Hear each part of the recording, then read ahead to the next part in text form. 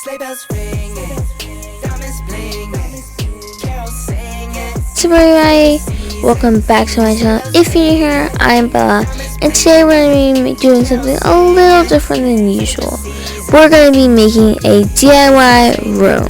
So let's get into it. So when I'm making a room, I like to use scrapbook paper because it sticks to the wall very nice, and there's a variety of different colors and pieces versus just a blank piece of paper. I think it adds a modern touch. So I'm gonna put them on the wall with putty. Okay, so I changed my mind from being putty. It didn't stick very well, so I used hot glue to stick everything on the walls, and that was great. Okay, so I made this very cute plant, and I think they're it's supposed to be berries, but they kind of look like flowers. They could be either one. So I start by cutting a piece of paper.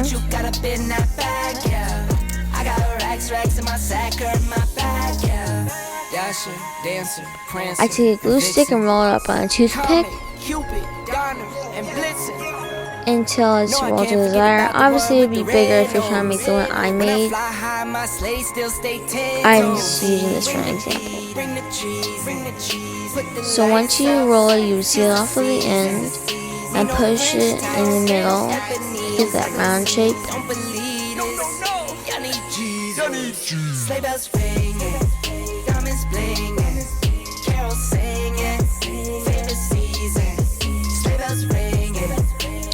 And then when it's done, it should look something like this.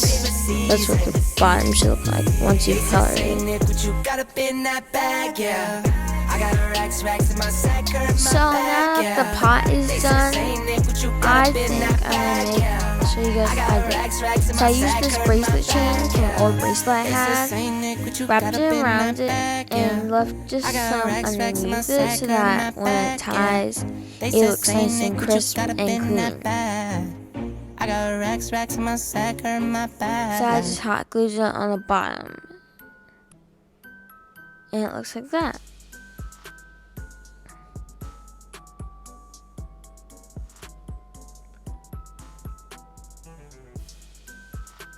Next thing we're going to make is some paintings for the wall.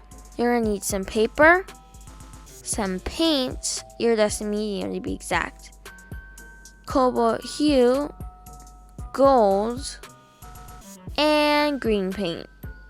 You're also going to need some foam board. So start out with a piece of paper. Make sure it's larger than what you actually want. Plus, this is a 3 by 4 inches. That's the measurement for this painting, the first one.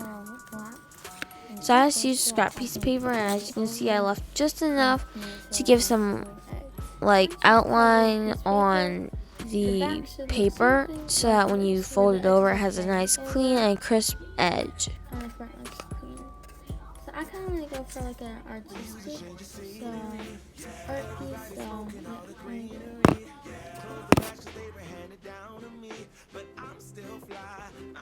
Now, I painted it to be abstract because I felt like that would give a nice touch. As you can see, it actually kind of reminds me of a cow, but that's okay. And I'm going to put them on the wall and kind of make a collage, but we'll do that in a second. So I found a scrap piece of paper and I said, oh, this will make a perfect stamper. And it's reusable too. But don't use it too much. You will have to throw it away after a few uses.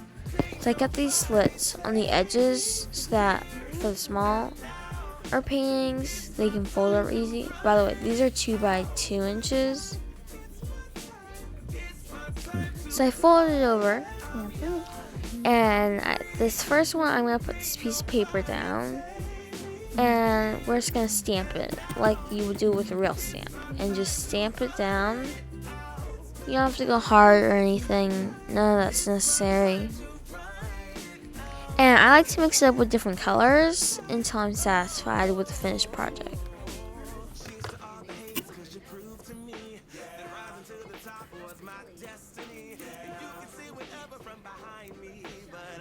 For this last painting, I'm going to do a like marble effect. And then take the paint and just drizzle it on. And yeah. It's okay if there's anything like a tiny little pin mark on it. It'll get covered right up because of the paint. As long as you choose a dark color. If you choose a light color, it will not cover that. So I'm just using a wooden stick and then using my fingers to drip it on a piece of paper so we don't make a mess. And wait till it dries to touch it, otherwise it will smudge. And I like it really much.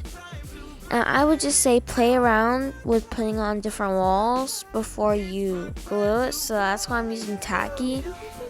Because 1, you can switch up the paintings, and 2, it doesn't rip it up, and 3, if you decide to put on the air wall, that's totally fine. Now I'm going to cover these edges because on this balcony area that I'm going to be making, because it needs to look crisp. Otherwise, when you add paper or you try to paint it, it will have those ridges and it won't look cute.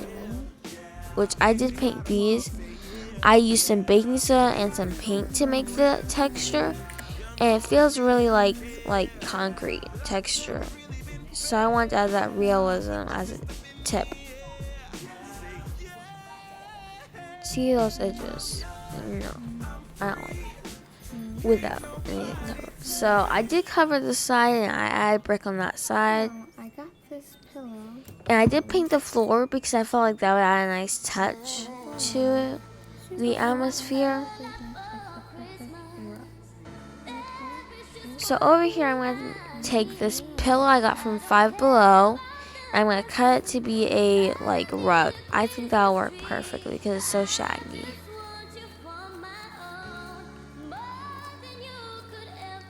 I literally have a rug like this in my room and I love it. It's super soft.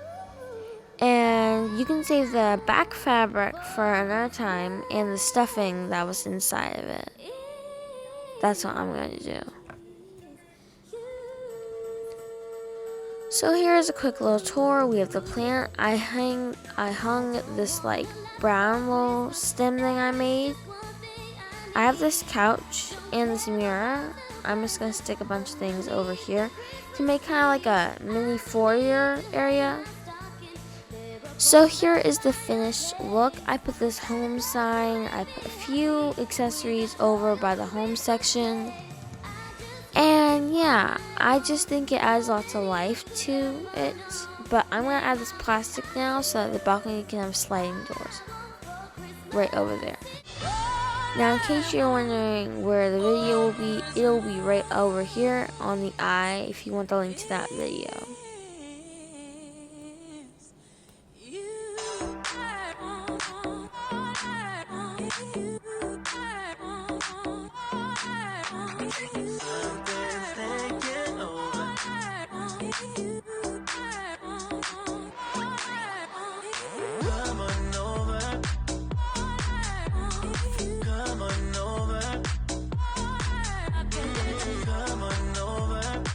Thanks so much for watching today's video.